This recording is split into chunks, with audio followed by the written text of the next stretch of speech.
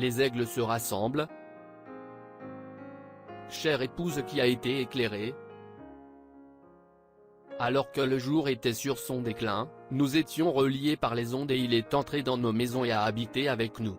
Dans tous les pays, une partie du corps de Christ, que son prophète a reçu le droit de nourrir, s'est assis dans les lieux célestes alors qu'il nous a parlé par l'ange puissant qu'il a envoyé, pour éclairer le monde par son Saint-Esprit à travers lui, afin d'appeler son épouse à sortir. Dans ce chapitre 18, Dieu a envoyé un ange puissant, une fois ce mystère connu, un ange puissant, ou, un messager. Dieu a envoyé un ange, un messager pour, faire quoi?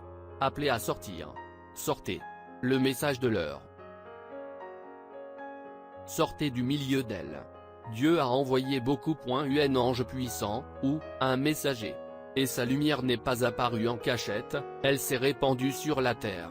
Pour éclairer la terre et appeler son peuple à sortir d'elle. Vous savez que c'est la vérité. Un messager a été envoyé du ciel, pour appeler le peuple de Dieu à sortir de Babylone. Et sa lumière a éclairé la terre, le glorieux Saint-Esprit. La semaine dernière, un ministre a dit à son assemblée que je voulais que les gens croient que frère Branham était l'ange d'Apocalypse 18, mais il a fait remarquer que c'était un ange du ciel, donc il ne pouvait pas être frère Branham. Si le frère avait simplement fait ce que le prophète lui a dit de faire, de le vérifier par la parole, et non pas par sa compréhension, il aurait entendu qu'en fait, c'est frère Branham qui a dit qu'il était cet ange. Remarquez, ceci, c'est l'ange de lumière, souvenez-vous, le dernier ange, c'est l'ange dans l'âge de l'église pour Laodicée. C'est le messager de Laodicée, c'est le dernier, parce que le chapitre juste après, c'est le chapitre 19, qui se rapporte à la venue de l'épouse. Frères et sœurs, je déteste dire ces choses et les souligner. Comme frère Branham l'a dit, on me comprend tellement mal. Je ne veux pas dire que ce sont tous les ministres qui disent ces choses, et je ne crois pas non plus que tous les ministres sont dans l'erreur, ou qu'ils ne devraient pas prêcher. Non, mais il y en a trop qui trompent les gens en accordant plus d'importance à leur ministère en prêchant la parole, plutôt qu'en appuyant sur le bouton lecture avec leur assemblée pour entendre exactement ce que le prophète a dit. Si vous avez été prédestiné, vous le voyez. Il n'y a pas moyen de vous empêcher de le voir. Vous regardez là et vous dites, eh bien, c'est tellement clair, là devant moi. Je l'ai directement devant les yeux. Je la vois. La voici, la parole. Chaque parole, mot pour mot. Elle est manifestée devant moi, mon âme est entièrement absorbée par elle. Mes frères ministres, permettez-moi de vous donner cette citation, qui exprime exactement ce que moi, et l'Église dont le Seigneur m'a donné d'être le pasteur, je crois en ce qui concerne le fait de passer les bandes dans l'Église. Alors, si on enregistre ceci, je dis à tout ministre, n'importe où, n'importe quand, ceci n'est pas adressé dans le but de manquer d'égard envers vos enseignements, ceci n'est même pas adressé à vos brebis. Ce message, comme tous les autres messages que j'apporte, s'adresse à mon assemblée. Il n'est pas destiné à votre assemblée, à moins qu'ils veuillent le recevoir. Mais il s'adresse à ces gens, ici. Les gens achètent ces bandes. Les gens, partout dans le monde, les achètent et les passent. Il arrive souvent qu'ils m'écrivent. Et, s'ils sont membres d'une église, je leur réponds toujours comme ceci, voyez votre pasteur. Ils me considèrent comme leur pasteur local, par conséquent je leur dis, je crois au fait de recevoir ce qui est sur les bandes et d'appuyer sur le bouton lecture. Frère Branham est notre pasteur. Nous faisons partie de son assemblée. Maintenant, pasteur, je veux que vous le sachiez, c'est uniquement à mon assemblée que je dis ces choses. Et j'ai le droit de le faire, parce que j'ai été placé par le Saint-Esprit pour veiller sur ces brebis. Et malheur à moi si je ne leur dis pas ce que je pense être la vérité, et de la façon dont je pense qu'elle vient. Mais ce n'est pas destiné au monde, ni aux autres églises. Vous, faites ce que Dieu vous dit de faire. Je ne peux pas répondre pour vous, et vous ne pouvez pas répondre pour moi. Mais nous devons, chacun de nous, répondre de notre ministère devant Dieu. Je dois répondre devant Dieu du ministère qu'il m'a donné. De tout mon être, je crois que vous devez faire jouer la voix de Dieu dans votre église par le moyen des messages enregistrés. C'est le moyen pourvu par Dieu pour aujourd'hui pour faire mûrir son épouse. C'est le seul moyen pour l'épouse d'être unie et d'être rendue parfaite. Le message que nous sommes sur le point d'écouter dimanche a été prononcé et enregistré pour aujourd'hui. C'est la nourriture spirituelle au temps convenable.